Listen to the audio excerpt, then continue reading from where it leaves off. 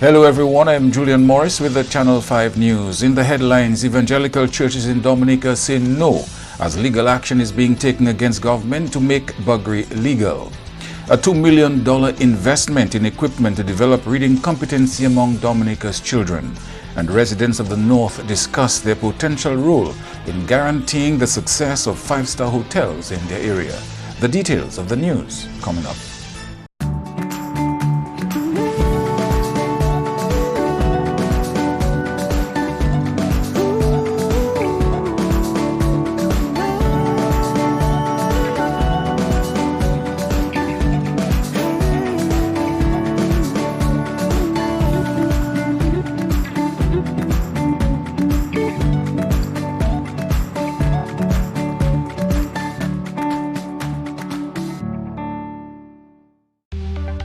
Here are some tips to reduce mosquito presence in and around your home. Keep water storage containers properly covered. Remove containers that can collect water from your surroundings. Keep garbage bins tightly covered.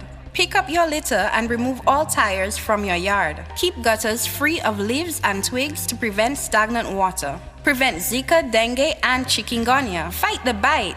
This is a public service announcement from the Dominica Red Cross. This message is supported by Flow. The Dominica Association of Evangelical Churches DAEC says it will not support the move to decriminalize buggery or repeal the laws. Recently, news reports surfaced that the government of Dominica was being taken to court to challenge sections of the Sexual Offences Act. This move is being supported by the Canadian HIV/AIDS Legal Network, an international human rights organization, as well as Minority Rights Dominica, Miridom. President of the Dominica Association of Evangelical Churches, DAEC, Pastor Randy Rodney, says the association will take the Bible stance and lend support to government on this matter. Let me go further to say that as we read the current news with the advent of the LGBTQ community intending to take the government to court to reverse the current laws on our books, we want to say to the nation that we will stand on our position, and we believe the Prime Minister did make some comment a few years ago that those laws would not be revoked. We are very aware that there is a strong LGBTQ lobby all around the world, but we will stand along with the government. District Superintendent of the Christian Union Churches Dominica District, Reverend Bishop Lennox Timothy, says there are several examples in the Bible where homosexuality is condemned. Christian teaching is not at variance with mankind being naturally predisposed toward attitudes and behaviors which are inherently wrong. Of course, there are those who are naturally selfish, violent, or predisposed to addiction, adultery, or pedophilia. Does that natural inclination therefore make it a good thing? The Bible teaches that every person's nature is corrupt and must be regenerated by God. Thus, all the men are born naturally into a multitude of vice. As Christians, we trust God to produce in us a new natural, which is a product of the new birth in Christ. Pastor Rodney believes if the country's buggery laws were to be repealed, it would place the country on a slippery slope. The intention, based on what we've seen in other countries, is that you start with decriminalizing that, and then you keep going in France, in Britain, you keep in the US, you keep going to a place now where you almost force it down people's throat. Take it. And we're saying that if you think you have a right to behave like that, then go ahead and do it. We believe that you're going to pay for it. And you must not think that your right must infringe on our right. We believe that once you start that, it's a slippery slope. Minister for the Environment is pleased with the progress Dominica has made in moving towards a resilient environment. Andrea Louis reports. 1st July saw the complete ban on the distribution of styrofoam and single-use plastic food packaging material with the aim of banning single-use plastic bags by 2020. Joseph Isaac, who is responsible for the environment and climate resilience, among a host of other portfolios, says cabinet-level discussions are ongoing on how to further strengthen and protect the environment. We are moving in a different direction also again in keeping to ensuring that we keep the environment clean. Part of our vision now is to try to incentivize the use of electric vehicles. We are at the cabinet level discussing the matter as a government policy. In regards to the general environment, we again are pushing on. Remember that we announced that we'll be doing planting 1 million trees as a vision for the country. Again, we are here pushing on that matter. Cabinet has adopted a two-pronged approach towards the tree planting project, one of beautification and landscaping and the other for agroforestry. The minister is also proud of the decline in illegal dumping, especially through the efforts of the litter wardens. I'm very satisfied that the solid waste and also the people of Dominica, I think we have improved significantly. I mean, there's always room for improvement. So I dare say that we need to keep at it and to ensure that we really become what we want to be. But we have made significant progress in the last year or so. I mean, it's very visible to see, and a lot of people are commending the ministry and the government for such a great job, and also solid waste. I want to take this opportunity to also thank the solid waste department for the work they have actually been leading in. The development of a clean, green energy sector is also on the cards. We are focusing on our geothermal energy project. That's one. We'll be also looking at pushing in further enhancement of our hydroelectric power plants and micro hydro plants. We'll also look at solar energy, which again, even within my ministry, we have a project which will be involved in the implementation of solar technology on public facilities. So I mean, we are well on our way. So in summary, in regards to environment, we are looking at one, the cleanliness of the environment, beautification of the environment, and as I said, mitigating against indiscriminate throwing of garbage anywhere. We'll be strengthening legislation to ensure that these things are in place. And we'll also strengthen our resolve in regards to what we have signed in terms of different conventions that deals with biodiversity and the environment. Mr. Isaac is confident that if Dominica sticks to this route, the country will be better positioned to be a beacon of climate resilience and environmental consciousness in the region.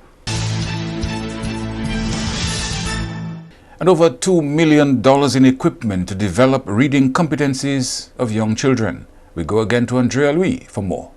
Senior Education Officer in the Ministry of Education, Robert Geist, says while the reading assessments in grades 4 and 2 show an improvement over the previous year, there is still a lot of work to be done. From our last assessment, our 2018 assessment of students, grade 2 and 4 students, we found that 75% of our students are reading at or above the grade 2 levels, and 84% of our students are reading at or above the grade 4 level. While this represents an 11% increase over our 2016 assessment, we have to bear in mind, like a principal always tell me, Mr. Gates, it means that 25% of our students are still working below the level, at the grade 2 level, and 16% of our students are working below level at grade 4. Further analysis has shown that a worrying percentage of students are reading far below their grade level. When we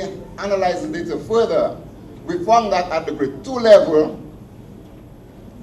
18% of our students at the grade 2 level were working at least 2 grades below the level. That means 18% of our grade 2 students are working at K level or below. And 10% of our grade 4 students are working at grade 2 level. We need to stop playing the blame game. Teachers need to stop blaming parents need to stop blaming teachers, and the public need to stop blaming the Ministry of Education. To this end, the ministry has invested heavily in improving literacy levels among primary school pupils. Now, at the Ministry of Education, we have recognized this problem, and we have partnered with various organizations. One of those we have partnered with is the USAID, We have done that through the OECS Commission, and we have an early learners program where we aim to improve the reading levels of students at K-2 levels. So far, we have received close to $2 million worth of books and other teaching learning resources. These have been distributed to 48 of our primary schools so far. During the summer, the other 10 schools will receive the teaching learning resources. Hands Across the Sea is another of the partners which has played an integral role in helping improve literacy at young ages. Andrea Louis, Channel 5 News. Residents in the north brainstorming over their role in guaranteeing the success of the Cabritz Resort Kempinski and the Moroccan Hotel.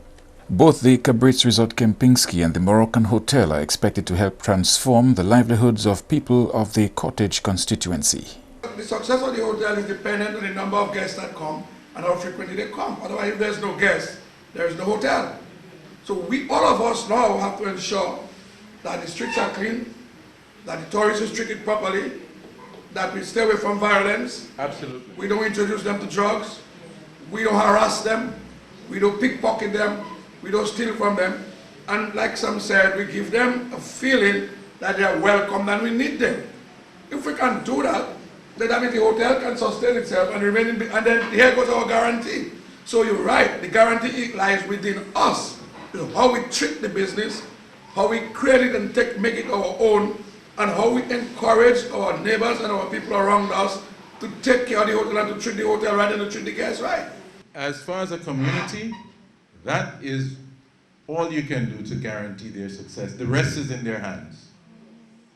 Okay? You have confidence in them, and this is what they need you to do to ensure, because they can run the best hotel. And if a few people get robbed, what do you think will happen?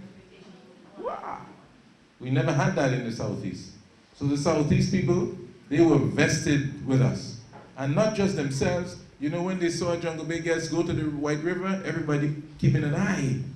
Because they do not want something to happen and have their livelihood, because their livelihood is tied. So you need to tie in your mind, you are Kempinski. You are part of that. That's your business. Even though you don't have shares, and that's not it. You have a vested interest, and even though you don't directly get the money from them, you may have a hair salon in Portsmouth. You see what happened after Ross, huh? I don't care what business you had, you may think Ross was in, you felt it when they left. So you need to look in terms of the customers coming in and whatever is needed to make sure that the hotel gets as much support as it can. And don't, you know, there are a few people that will start to encourage division and dissension and confusion. Dismiss them, rebuke them. Okay? Make sure they understand that they are not going to get in between you and the development of your community. You are watching Channel 5 News. We'll have more after this.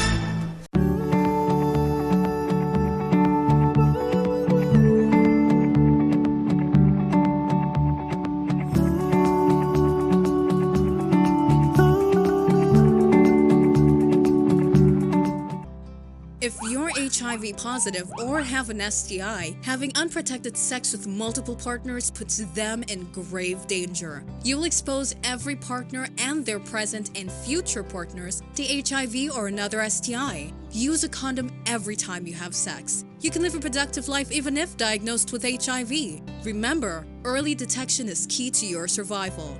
Be responsible, protect yourself and others. Help stop the spread of HIV and other STIs.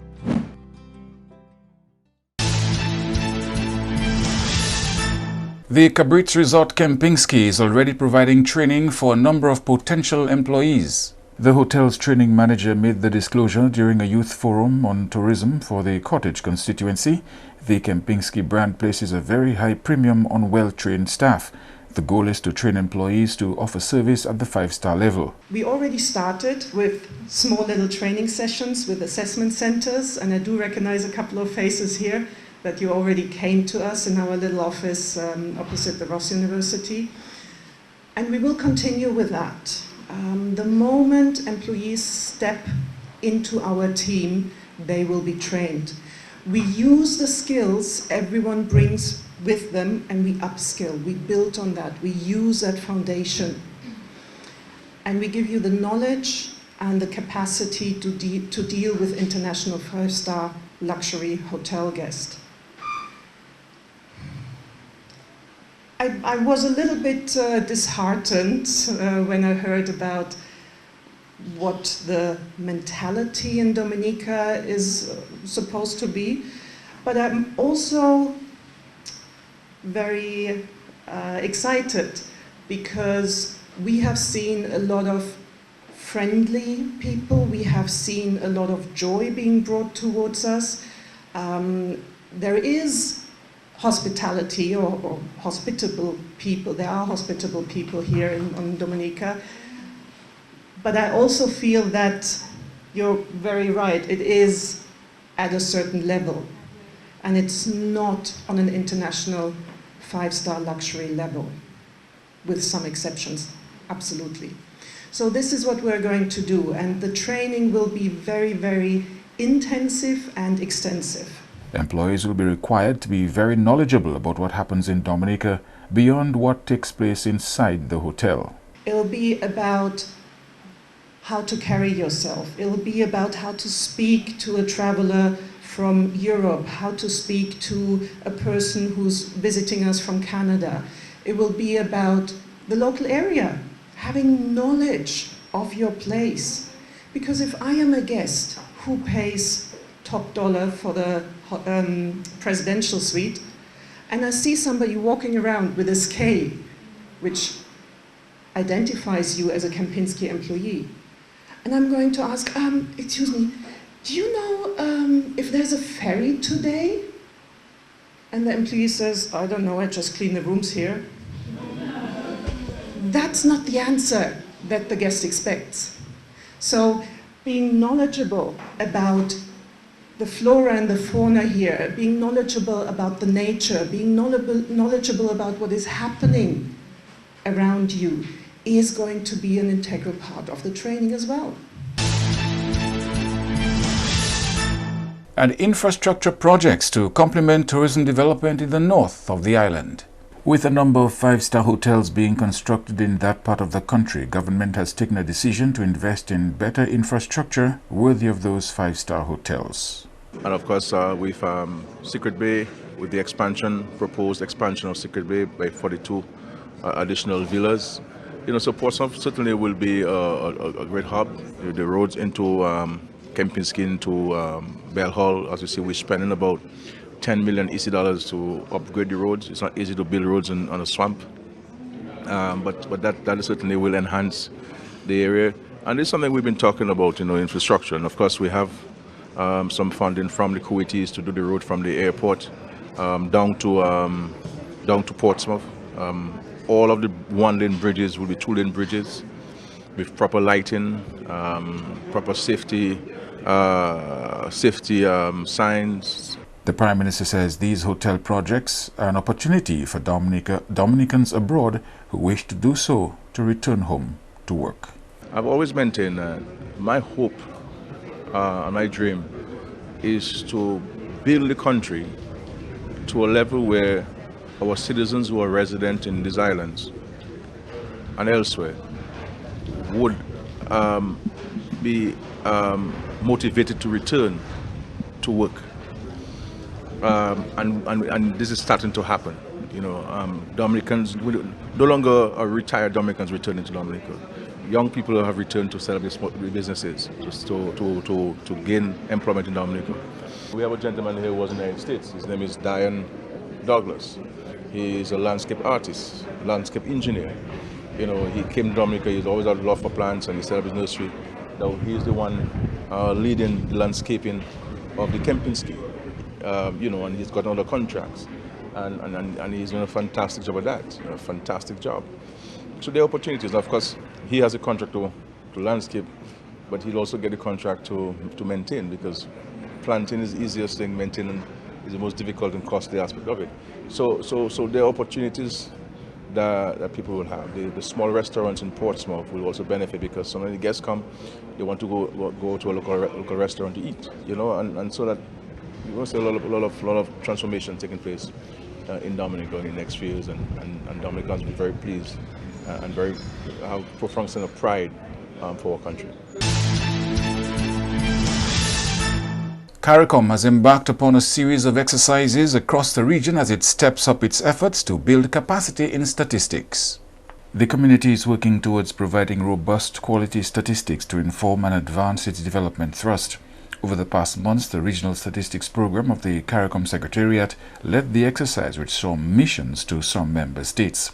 The effort was undertaken with support from international development partners. Sessions targeted statisticians working in the areas of household prices, rental and education and national accounts, including government. Statisticians from 6 member countries participated in the process.